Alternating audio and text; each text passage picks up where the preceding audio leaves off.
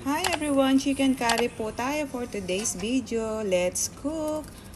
Okay, start na po tayo. Magsusutay lamang po tayo. Magigisa tayo ng bawang sibuyas. Ayuunan po natin muna ang ating sibuyas para hindi masunog ang ating bawang. At lalagyan po natin ito ng ginger. Konti lamang po, pantanggal lansa.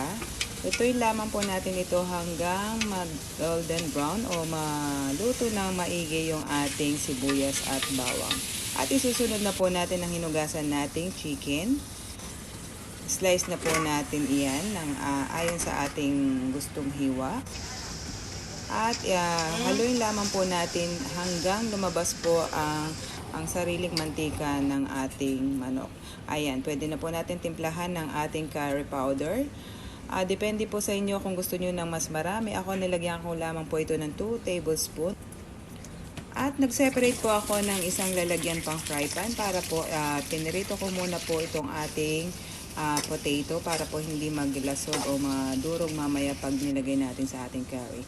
At naghanda lamang po ako ng 2 cans ng coconut milk. Ayan, kung gusto niyo po ng mas marami, pwede niyo pong dagdagan. At hindi po ako naglagay ng tubig dito dahil nagtubig na ang ating chicken. Timplahan na rin po natin ng asin at paminta, patis, at chicken powder or flavor. Nilagyan ko po ng konting anghang. Ayan, optional lamang po pag gusto niyo na maanghang. At haluin lamang po natin ito ng bahagya para hindi po ito madurog. At nag-add po ako ng mushroom. Ayan.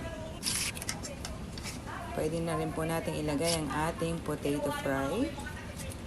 Ang dahan-dahan lamang po ang paghalo para hindi ito madurog. Maghintay lamang po tayo ng mga ilang minuto pa hanggang ito ay maglapot. Ayan, kokoberan po natin.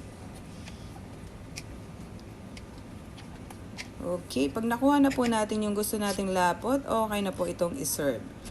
Naglagay din po pala ako dito ng paprika, dagdag kulay. Ito po ay optional lamang po para may kulay po ang ating curry. Okay, done. Ready to serve na po ito. Thank you for watching. Please subscribe, like, and share, and comment na lang po. See you until our next video. God bless everyone. Thank you.